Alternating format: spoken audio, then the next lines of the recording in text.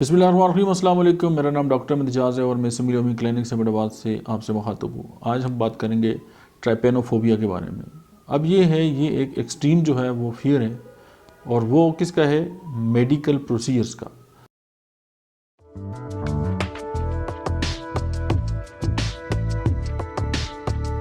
यानी इसमें मोस्टली जो है वो बच्चे मुब्तला होते हैं और उनको जो है वो इंजेक्शंस का खौफ होता है और हाइपोडर्मिक जो नीडल्स होती हैं उनका खौफ उनमें पाया जाता है।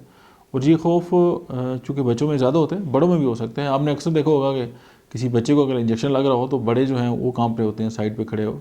और आपने सोशल मीडिया पर भी इस तरह की वीडियोज़ देखी होंगी। तो ये बेसिकली ट्राइपेनोफोबिया जो है ये उसकी एक मिसालें हैं आपके सामने।